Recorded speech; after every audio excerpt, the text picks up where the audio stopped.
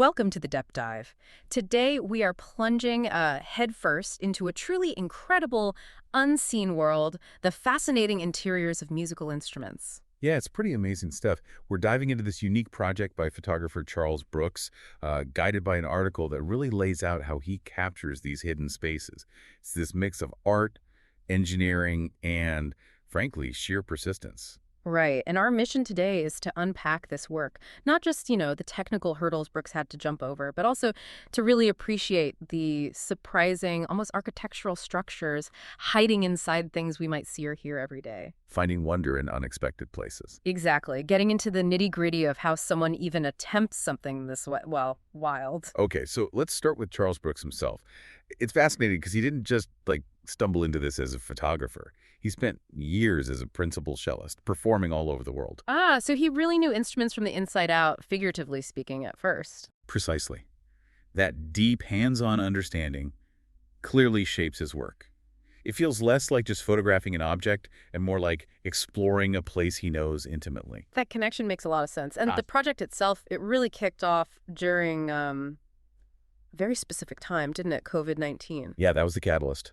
Musicians couldn't perform, so instruments ended up in workshops for maintenance. Brooks saw this window. He'd seen photos from inside instruments before, but they often looked, well, disassembled. Like a dissection. Exactly. He wanted to capture them with everything intact, as they are when they're played. And that decision, keeping them intact, that must have been the starting point for all the technical headaches that followed. That's the key. It dictated everything else. His first go was with a cello, his own instrument, using a standard probe lens, something like the Laowa brand. Okay, a probe lens, so like a long, thin lens. Right. And with the cello, it was relatively straightforward. You could just remove the spike at the bottom, the end pin, and get the lens inside. Simple enough, relatively speaking.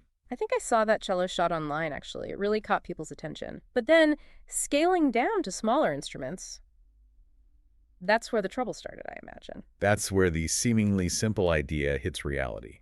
Hard. The standard probe lens was just too big for, say, a violin. He apparently even tried heating it slightly to make it smaller. Really? Wow. Yeah, which helped him squeeze into pianos after some modification. But his ultimate goal, the sort of holy grail item, was a Stradivarius violin. And a Stradivarius, how Yeah. small is the opening on that? Tiny. That's where the real deep technical rabbit hole began. A violin, even a legendary Strad, only has about a 5 millimeter hole at the bottom of the end pinhole. Standard photo lenses, even those probe lenses, just wouldn't fit. 5 millimeters. Okay. Yeah, that's minuscule. So this forced him to abandon traditional photo gear for the actual image capture and look at completely different tools, things like medical cameras. Micro cameras, like endoscopes. Exactly. Endoscopes or arthroscopes, the kind designed for navigating incredibly small, dark spaces inside the human body. Wait, so he's repurposing surgical equipment for photography. That's quite a leap. Yeah. But those scopes, aren't they designed for tiny video sensors, not for high-res photos on a photographer's camera? That was the next massive problem. You've got this tiny scope designed for a tiny sensor.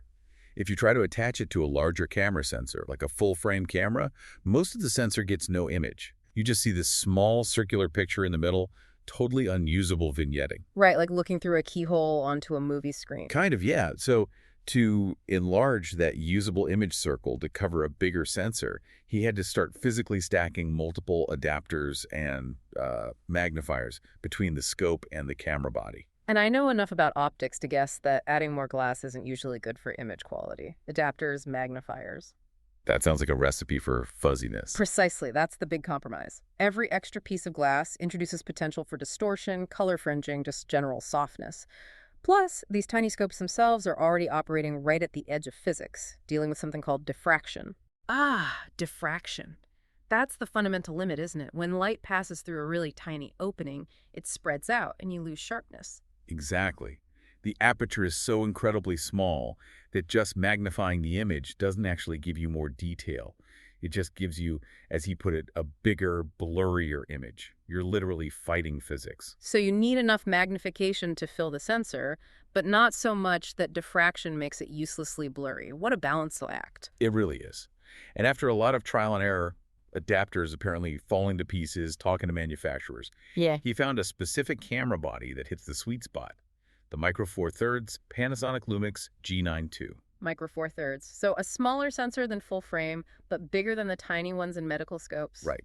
It was the largest sensor he could effectively use with his scope and adapter setup without it becoming completely impractical.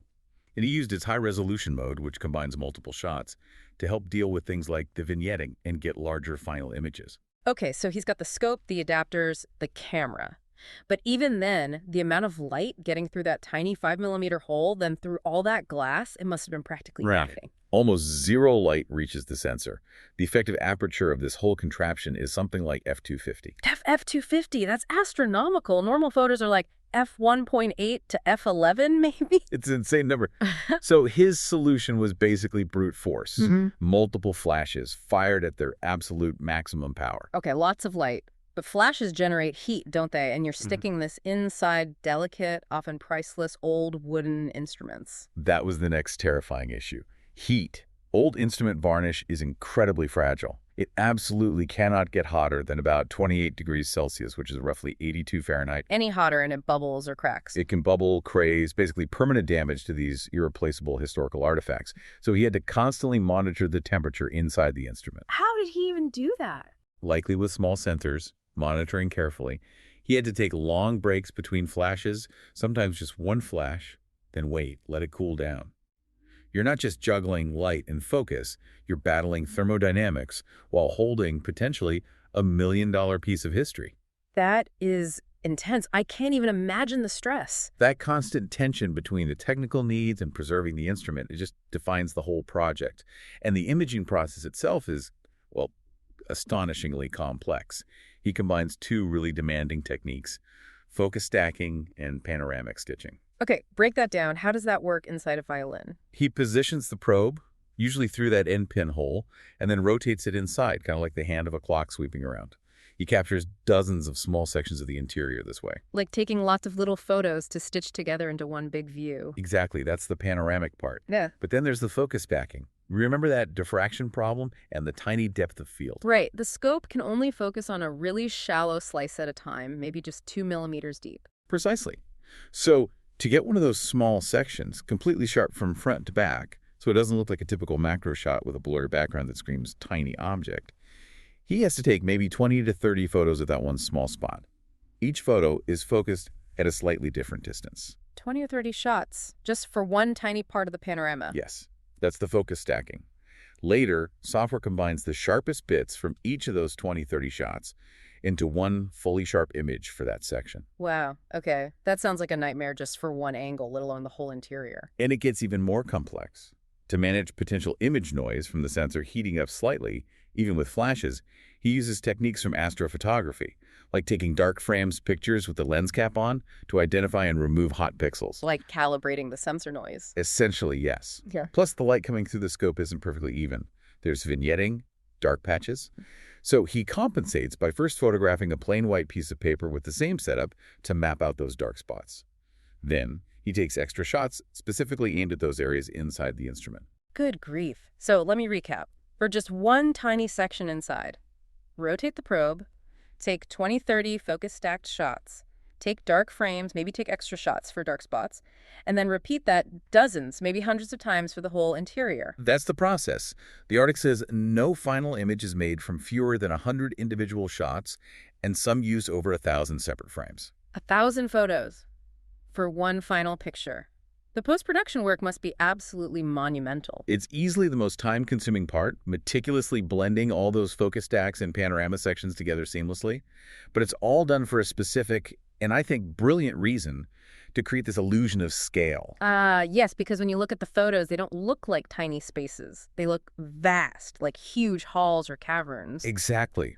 Brooks intentionally uses these techniques to make the instrument interiors feel like grand architectural spaces, not miniatures. How does the focus stacking help with that illusion, beyond just sharpness? Well, by keeping everything in focus, from the closest surface to the furthest corner, it eliminates that shallow depth of field, that background blur you normally get with close-up photos. That blur is a key visual cue our brain uses to understand something is small. Without it, the sense of small scale vanishes. Okay, that makes sense. And the panoramic view. Aiming for that ultra-wide-angle perspective, even through the scope, is very clever. It creates strong leading lines and vanishing points, things our brains associate with looking down a long street or up at a tall building. It actively tricks you into perceiving the space as much larger than it is. He's playing with our perception using architectural He cues. really is, and he even uses the lighting strategically. He'll position flashes to mimic sunlight streaming through the F-holes or maybe down from the end pinhole, reinforcing that feeling of being inside a large, airy structure. And then the final step in the illusion, the presentation. Yes. He displays the finished prints, absolutely massive. The article mentions prints up to 5 by 7 meters. When you stand in front of something that big, showing the inside of a violin, it completely immerses you and hammers home that architectural feeling. It's not just a photo, it becomes an experience. It's quite brilliant, actually, using technique not just for clarity, but for artistic effect, for illusion. And this work clearly serves a dual purpose, Mm. which I think is part of its genius. It's obviously artistic. Hmm. These are stunning, surprising images that challenge how we see familiar objects. Absolutely. But it's also deeply documentary, isn't it? He's photographing some of the world's most precious and historic instruments. Right. And while the outside, the exterior of a Stradivarius, might be polished and perfectly maintained, the inside holds the instrument's entire unvarnished history. You mean like marks and repairs? Exactly. Hidden maker's marks, evidence of old repairs showing generations of care, maybe signatures of previous owners or repairers, even just the scrapes and imperfections from centuries of use or cleaning, things you'd never see on the outside. So his photos are revealing this hidden historical record, like a secret diary of the instrument's life, usually locked away behind that tiny 5 millimeter hole. That's a great way to put it. Huh. And it's clear this isn't a finished project for him. Mm-hmm. The article notes he has a whole list of other famous instruments he wants to photograph. Specific Strads, other legendary makers. This deep dive into hidden worlds is definitely ongoing. So fascinating. And if you listening are curious to see more of these incredible images and read the stories behind some of the specific instruments he's photographed, the article mentions you can find them on Charles Brooks's website. It really is a unique intersection of music, craft, engineering, photography. And just sheer dedication. It really highlights the surprising visual complexity and the hidden layers of history inside objects we might think are quite familiar. It certainly makes you look differently at a violin or a cello next time you see one. It really does. Which makes me wonder, what other everyday objects, things sitting right under our noses, might hold incredibly complex, unseen worlds just waiting for someone with the right tools and maybe the right kind of obsessive vision to explore them? And what stories might their hidden interiors tell us?